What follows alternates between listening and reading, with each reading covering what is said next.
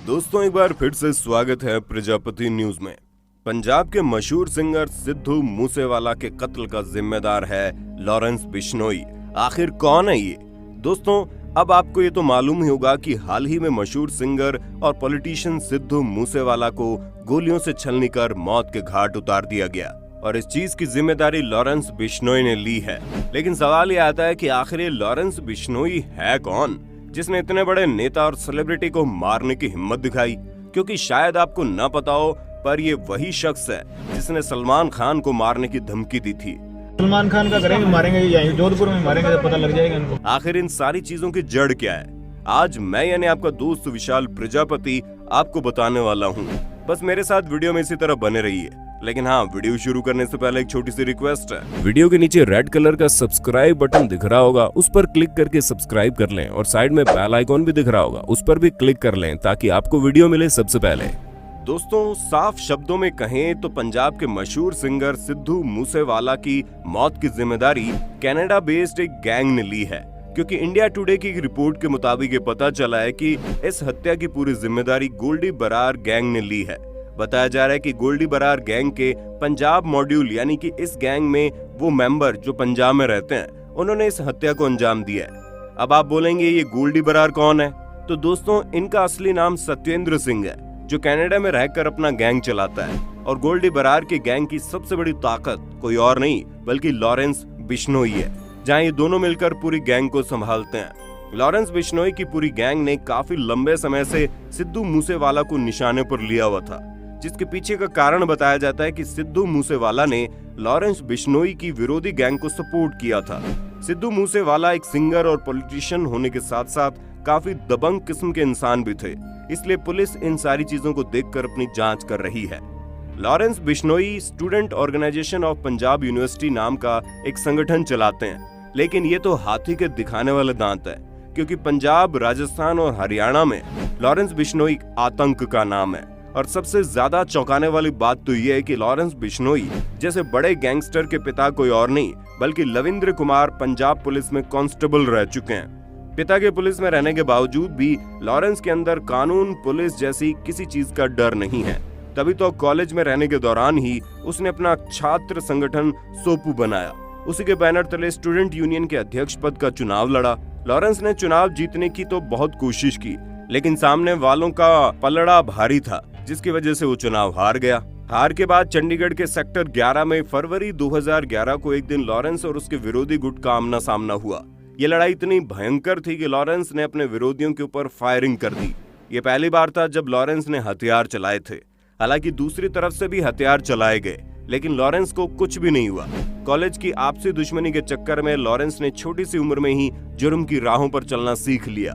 ये लॉरेंस के खिलाफ दर्ज होने वाला पहला मुकदमा था। इसके बाद से लेकर अब तक लॉरेंस के ऊपर करीब 50 मुकदमे दर्ज हो चुके हैं और न जाने कितने जुर्म लॉरेंस ने किए होंगे, जिसके मुकदमे कानून के पन्नों तक दर्ज ही नहीं हो पाए।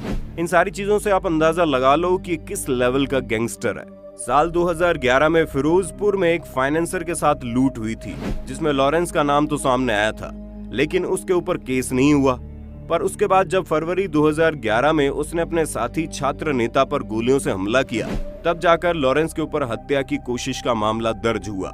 लेकिन जेल जाने के कुछ ही समय बाद वो जमानत पर रिहा भी हो गया। इसके बाद फिर से लॉरेंस को पिस्टल और कारतूस के साथ गिरफ्तार किया गया। उसके बाद 12 अगस्त 2012 को लॉरेंस के खिलाफ सेक्टर 14 थाने में हत्या की कोशिश और दंगा करने के साथ साथ कई और धाराओं में केस दर्ज हुए। लॉरेंस हमेशा से हत्या, लूट, पैसा वसूली, किडनैपिंग जैसे कई सारे मामलों के लिए बदनाम है। इसे बार बार जेल ले जाया जाता और ये जनाब जमानत पर रिहा होकर फिर से आजाद घूमते। लेकिन 17 जनवरी 2015 को पंजाब पुलिस जब उसे पेशी के लिए ले जा रही थी, तभी वो पुलिस को चकमा देकर वहां से 9-2-11 हो गया। हालांकि इसके कुछ दिनों बाद 4 मार्च 2015 को लॉरेंस फिर से पुलिस के हत्थे चढ़ गया। कुछ समय तक लॉरेंस जेल में रहा, लेकिन जेल में रहकर भी वो अपनी हरकतों से बाज नहीं आया और लगातार अपना नेटवर्क चलाता रहा और अपराध करता रहा।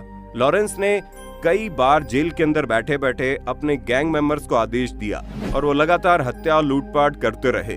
सिर्फ इतना ही नहीं, जोधपुर में अपनी धाक जमाने के लिए लॉरेंस ने 17 सितंबर को सरेआम अपने शूटर हरेंद्र जाट और रविंद्र काली से जोधपुर के कारोबारी की हत्या करवा दी। कहा जाता है लॉरेंस बिश्नोई ने काले हिरण के शिकार को लेकर सलमान खान तक को मारने की धमकी दी थी और ये सब कुछ लॉरेंस लोगों के बीच अपना खौफ बनाने के लिए कर रहा था।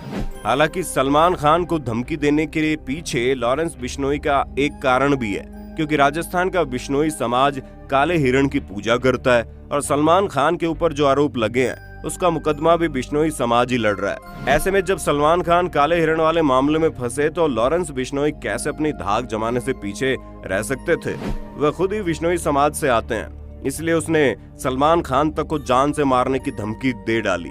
खैर ये सारी बातें तो पुरानी हो गई, लेकिन इन बातों को सुनने से ये चीज तो तय है कि लॉरेंस बिश्नोई वाकई में छोटी उम्र में देश के अंदर पनपने वाला वो जहरीला सांप है जो कभी भी किसी को डंक मार सकता है, जैसे कि उसने सिद्धू मूसेवाला के साथ किया, जहां इनकी मौत के बाद राजनीति और सिनेमा इंडस्ट्री में हलचल मच गई और हर कोई इनकी मौत को लेकर घबराया हुआ है, क्योंकि जब एक गैंग इतने बड़े सेलिब्रिटी को सरेआम मार सकती है तो उसके लिए साधारण लोगों के गिरेबान तक पहुंचने में कितना समय लगेगा।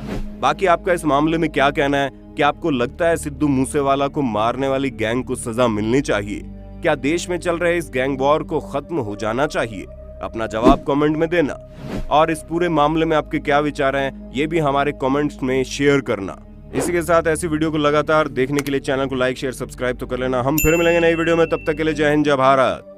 दोस्तों आपकी स्क्रीन पे 2 और वीडियोस दिख रही हैं, जिसे देखने के लिए आप इस स्क्रीन पर क्लिक करें। दोनों देखिएगा, बहुत अच्छी वीडियो बनी है।